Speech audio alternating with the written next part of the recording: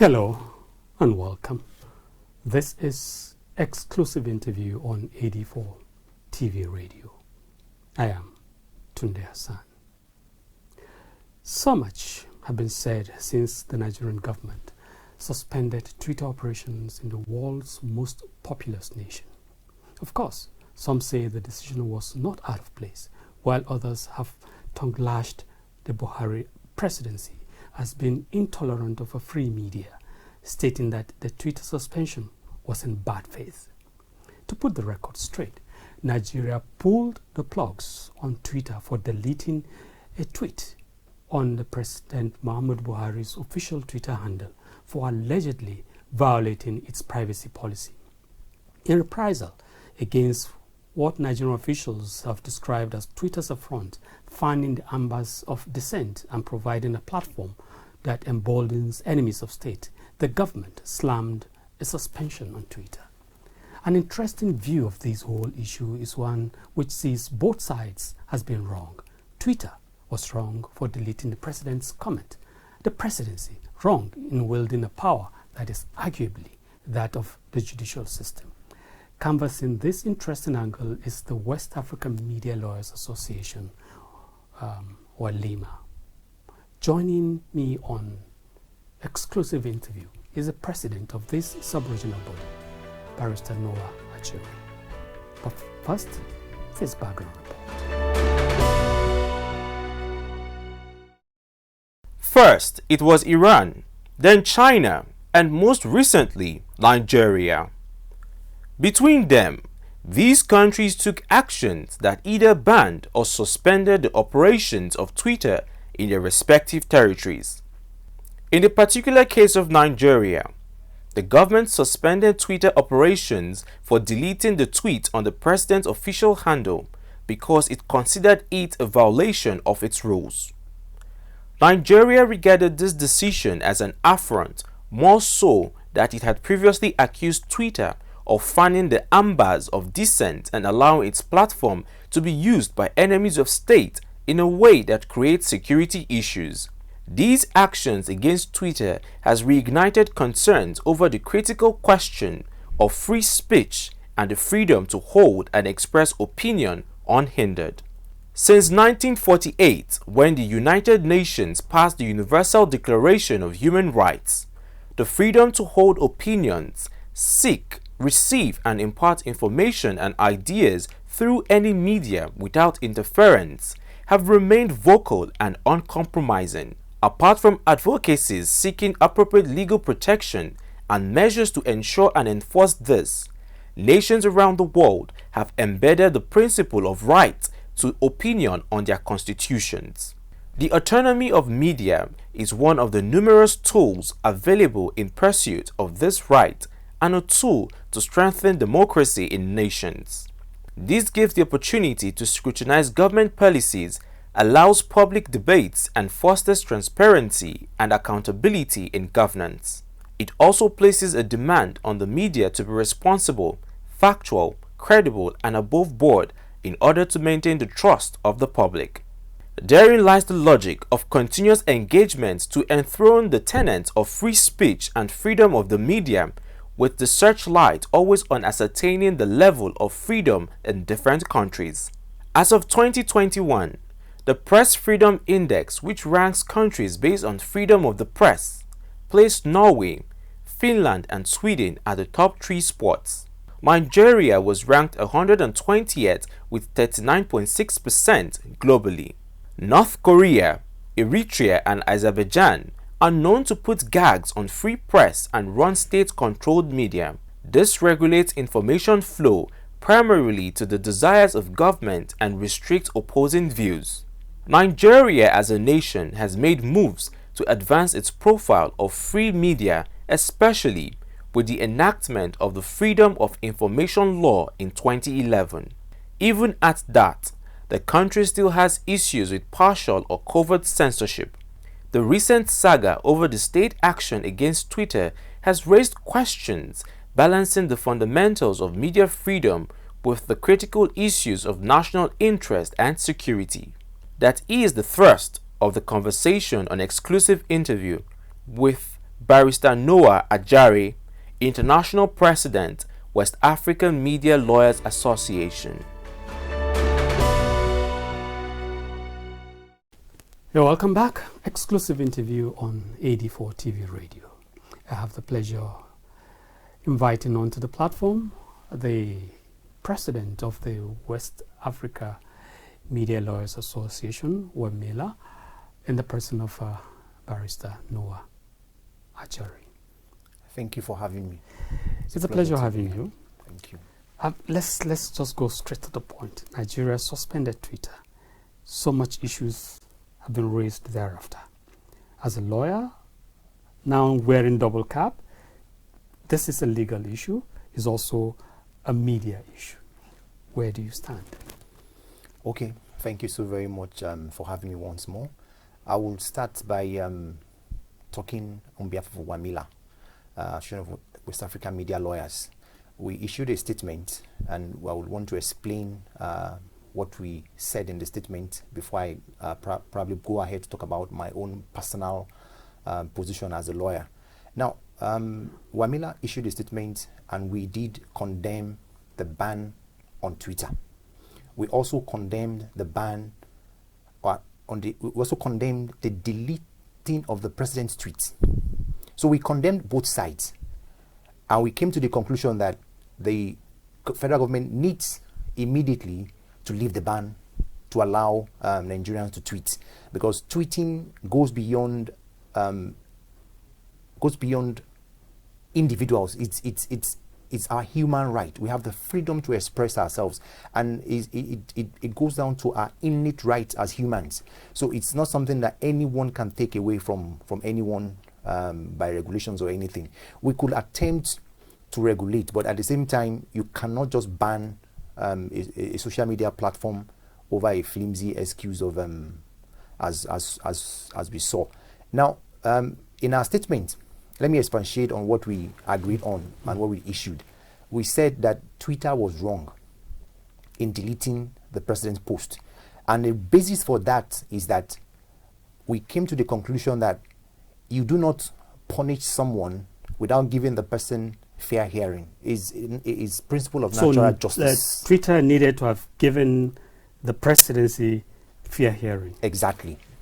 That is the foundation. Or deotere partem. You do not be a judge in your own cause. You do not assess a tweet in your own rules, and you take an action which is equivalent of passing a judgment without giving the other party. So what Twitter ought to have done was to flag the tweet and notify the person that is tweeting that this your tweet violates our rule. Kindly explain or take it down yourself, probably giving him maybe a day or two. If it does not, then they can now go ahead to delete the tweet. That would have satisfied the rule that requires them the fair hearing. Now, going to the president, the federal government's ban on Twitter, we also condemn that there is no law, as we speak, till date in Nigeria that empowers the federal government to ban Twitter in Nigeria. There is none. We've searched everywhere. We've tried to justify it. There is none. And by extension, there is equally no law under which those who tweet currently can be punished.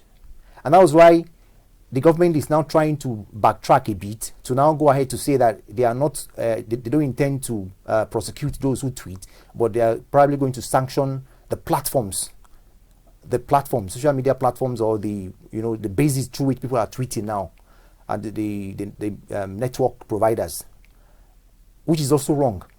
Yes, I was coming to that. Wouldn't that also be at variance with what the law presently provides? You are correct. Now, we need to understand something. The whole drama of Twitter ban and the response and the global outburst about it's all essentially a political issue. It's just essentially a political issue which we Nigerians are the one facing the brunt now. Now, China did, Iran did. Yes. Basically the same thing under the same kind of circumstance. Exactly. But we cannot begin to compare Nigeria with those extremist countries that have a very bad record of human rights. Now, Nigeria is a democracy. And in democratic principles, one of the basic norms is freedom of expression. You need to be able to express yourself. Now, we need not forget that this government came into power, and literally all of that government came into power on the platform of social media. Campaigns aggressively winning the youths. Now, you need to go ahead and use that same platform to convert them and make them see reason. So we don't just hurriedly clamp down on free speech in the name of insecurity or in the name of anything, because you can use that same platform effectively to achieve what you are seeking to address without restricting them. So it's a double-edged sword. Yes, actually, I read the position of your body. Twitter is wrong. Yes. The presidency of Nigeria was also wrong. Yes. Now, and you had spoken to me about trying to find a balance. Yes. How do you find a balance between two wrongs? How? Now, that is the essence of democracy. We need to understand that these social media platforms and companies are private companies. They are not institutions. They are privately owned entities. Whether it is Facebook, Instagram, Twitter, literally all of them are owned by individuals. The private businesses are also under the law. They operate within the ambit of the law. Yes, and that's where I'm getting to. Now, we need to find a way to ensure, because the future of globalization and free speech globally is that if care is not taken, these institutions will become even more powerful than government institutions, than state actors. They are becoming more powerful non-state actors globally. Look at what happened in the US. They were, getting information about elections, algorithms and all that, and they were beginning to manipulate voters towards the direction to which they want them to go. So these non-state actors are becoming more powerful, and I will not hold back from saying that there is actually a need to regulate. But in regulation, the regulation should not be such that will stifle free speech. Should be such that will make them accountable to play by the rules. And that's why we suggested that before you hardly delete any tweet, give the person an opportunity for fair hearing. Flag the tweet, give them an opportunity to respond, a day or two or a few minutes. Once they respond, then you can now take your decision. But in the absence of that, as humans, we are rational human beings, and we have the ability to interpret things in from different perspectives based on our background and orientation. Now, for instance, I can read a particular tweet and I will be offended. Another person might read that same tweet and will see nothing wrong with it. Another person might read it and will be so elated and so happy. So interpretations differs. In Yoruba they will say that when you say pele, it has a negative and it has a positive. So, but it's the same word, but it can be interpreted differently. So that's why it is very important. And some people in government complain that there were several tweets that also instigated people that Twitter didn't delete. But when those issues were raised, they deleted it. And I'm aware that it was because people complained of the insensitive and the timing to which the president tweeted. It was, I think, few days after the celebration of the remembrance of the victims that died in their hundreds and their thousands. That was when that tweet came. So they felt, and they complained. It was based on that complaint that Twitter took it down. But I think where they got it wrong was they took it out. They took it down hurriedly, without allowing for fair hearing. Now, as president of the West African Media Lawyers Association, and then also a lawyer, here is the man, you, holding the two horns of a bull, the law and the media. And there's always been issues around freedom of expression. The Nigerian Constitution guarantees it. Most major democracies in this world guarantee it. Even the undemocratic nations at least posture as allowing free speech. Now, is the right to hold and express opinion in the form of free speech, is it absolute? Okay, let me start by saying that Abraham Lincoln defined democracy as government of the people, for the people, and by the people. So essentially, democracy is essentially government emanating from the common wish of the people. Now, how can you have democracy without having freedom of expression? So it is a foundation of democratic values. So you cannot have democracy without freedom of expression. The freedoms of expression is one of the cardinal, probably after right to life.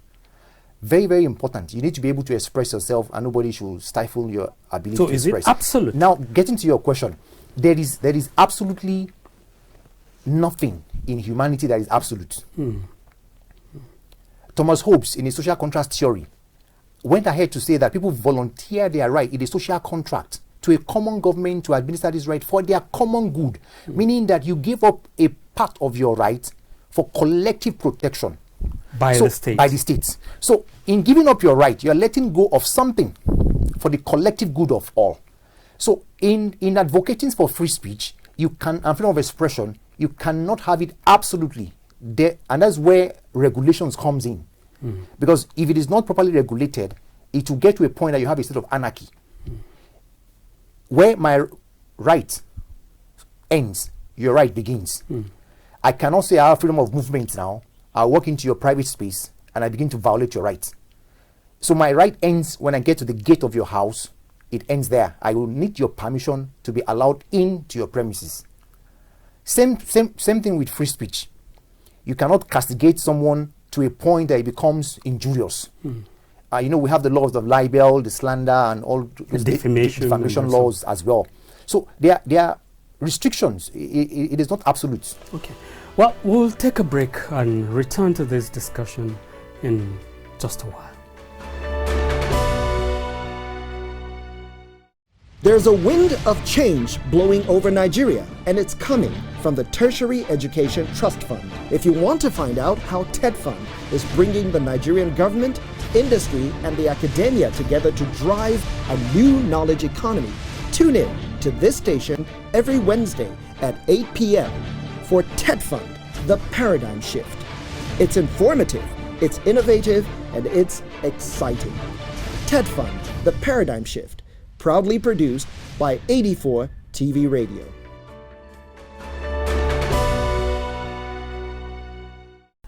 You're welcome back. Exclusive interview on 84 TV Radio. And my guest is the president of the West African Media Lawyers Association, WAMILA, in the person of Barrister Noah Ajari. Thank you very much for being on the platform. Thank you for having me. Where our discussion is it's actually situated against the background of the issue surrounding the suspension by the Nigerian government of Twitter in the country. Now, that of course dovetails into the whole bigger picture of freedom of expression, the right to hold and to express an opinion and do it within the ambits of the law. If you look at the sub-region where your umbrella spreads across, in comparative terms, are you satisfied with the way this cardinal principle of civil government, of democracy, is being anchored across the sub-region? No, definitely not. We still have a long way to go, and even though it appears in name that we are practicing democracy in the sub-region, when in reality, in practice, we are not actually practicing democracy. Most of the governments that we have in the sub-region are not, they do not welcome criticism. And you cannot develop without constructive criticism. Democracy welcomes criticism.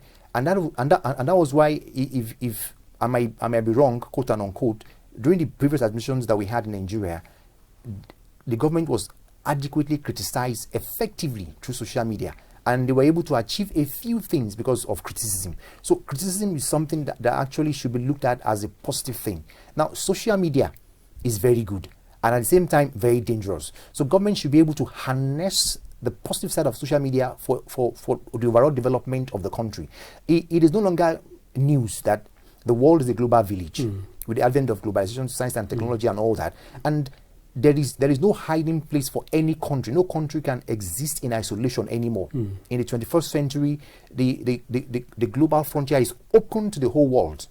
You can be here and transact business globally, and do all manners of things. So the government should actually promote more of freedom of speech and expression while tailoring it towards achieving socioeconomic development of the continent. Any attempt to take us back to the dark ages will stir up protests and condemnation. It is globally, government before now exists based on propaganda, which is also social media, tailored towards a particular goal, which is also still existing now. Government has the monopoly of most of the instrument of media in West Africa. They have the monopoly through regulations and all that, and they have the funding. And that gives them an opportunity to also, use them positively. Deploy them towards positively, the interest of government. Exactly. And not try to stiffen, and block. Part of the reactions arising from the Twitter saga is that a lot of people have said the government appeared intolerant. And this seemed to be the story, the narrative across the West African sub-region. Now, it also throws up a question. In a global environment where borders have melted, or more or less a borderless world, do you cede the authority of state to non-state actors who may also not have the interests of the society, of the community, of the nation at heart beyond making money? Very good question. I was actually coming to that. That was a very brilliant question. Beyond making money. Yes. Now, the goal of most of the social media platforms is to make funds, is to make money. Whether it is Facebook, whether it is Twitter, Instagram, whatever it is. Yeah, their ultimate goal is to make money, not the national interest of any nation, any country. Now, how do you balance their activity with national interest and national security? Now, how you do that is to ensure that you have a framework, a legal framework for regulations. You don't give them an open check or a blank check to operate without regulations. There should be a form of regulation that will not stiffen the media, but at the same time will make them accountable to work within the defined... The kind of mechanism deployed by the government in relation to Twitter, suspending it, is it not regulatory? No. Now, what the government has done was to hurriedly ban Twitter, which is wrong. There's no law which forms the basis for the ban. There's no law under which they would have banned Twitter. Twitter is not registered in Nigeria. Twitter is not... So now banning Twitter operation in Nigeria, you are basically saying Nigerians cannot access Twitter. Over 30 million subscribers cannot use what they use every day. And directly, you are restricting the rights of Nigerians. There are better ways to go about it. You could get Twitter liable criminally as a company, as an entity. We must but it is not registered in Nigeria. So it wouldn't kowtow to the loss of Nigeria. It doesn't matter. It doesn't matter. Now, I must quickly mention, before I forget this point, that if care is not taken in the nearest future, these social media platforms will become so powerful, even more powerful than state actors. And that was why in our statement, we first condemned Twitter before we now proceeded to condemn the federal government. Now, two wrongs. Balancing it, which is the basis of your question now, we need to find a way to allow press freedom effectively, while at the same time holding extremist... Across all streams of media. While at the same time holding extremist views accountable. And holding every social media blogger or platforms accountable to extremism. So extremist I'm aware in India there was a Facebook, there was a WhatsApp post that was a fake news that led to the death of several. Somebody was alleged to have been raped, which was not true. It was a fake news, and it's more mob violence, and people started killing people and all that. So there should be accountability for what you share and all, but in the same vein, we need to find a way to balance it such that we're not restricting anybody's right, but we need to be more educated, we need to have the enlightenment, we need to have it freely available, the terms and conditions and all that, and we need to welcome more platforms. Okay, now, if you take the basis for which, on which the Nigerian government took the action, there were, state officials were saying that Twitter was providing a platform for enemies of state, promoting dissent. It is also the responsibility of the government to secure and provide security for its citizens. So if Twitter was creating that kind of platform that is at variance with the security interest of the same people we are referring to, I mean, I'm still at loss as to how you balance this. Thank you for the question. Now, like I said earlier, free speech is one of our fundamental human rights as humans, which should not be taken away under any guise at all. Now, you might have an extremist view.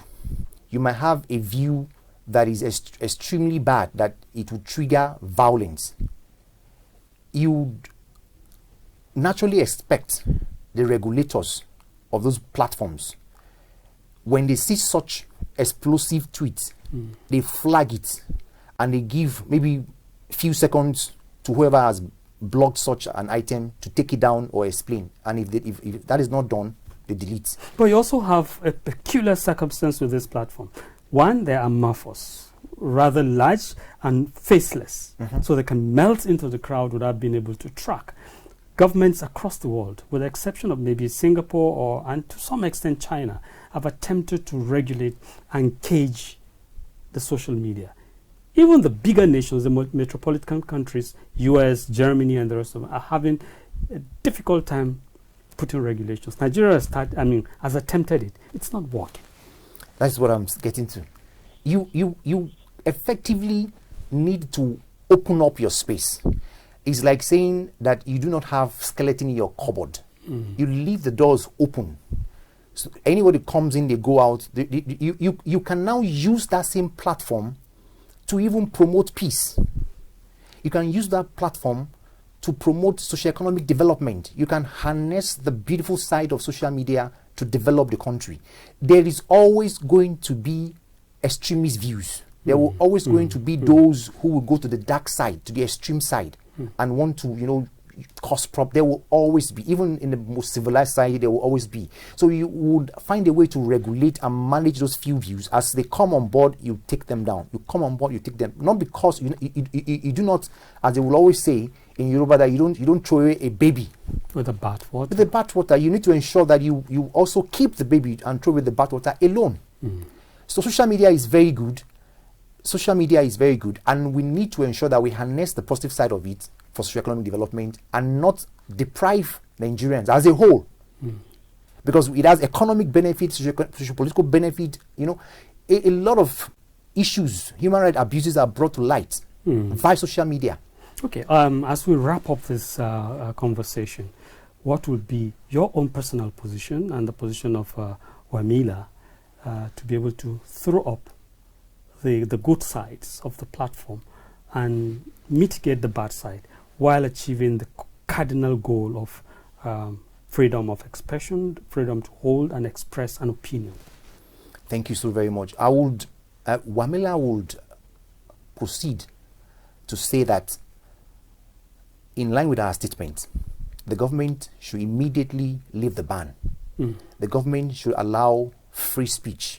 The government should allow people to express themselves freely.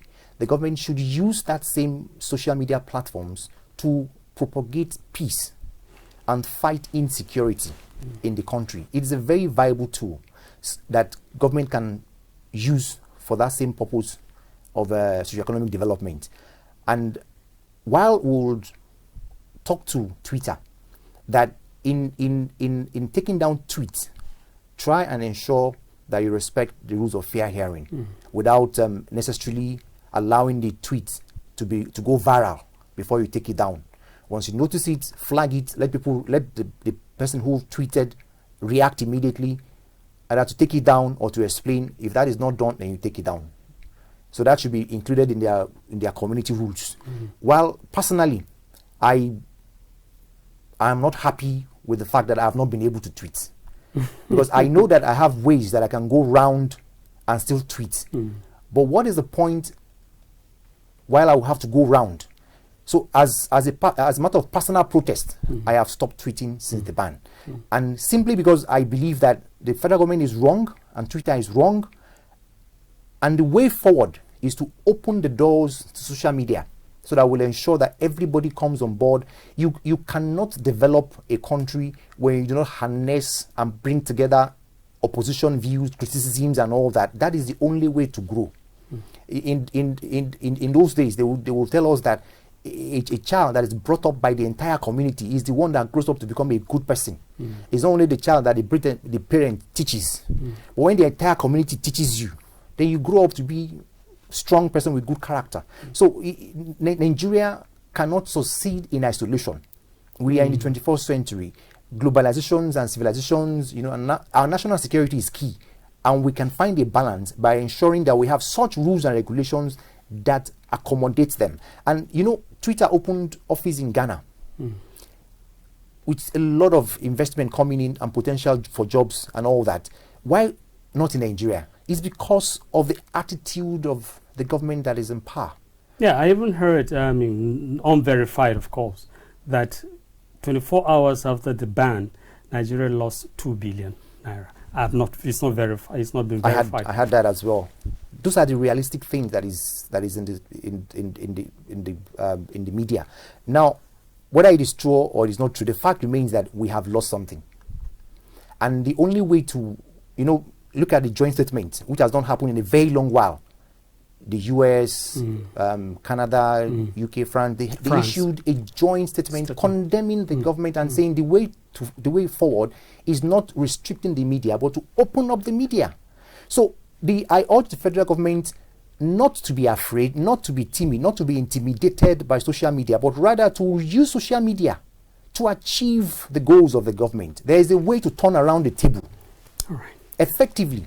Thank you very much. We have been engaging the president of the West African Media Lawyers Association, WEMILA, in the person of Barrister Noah Ajari.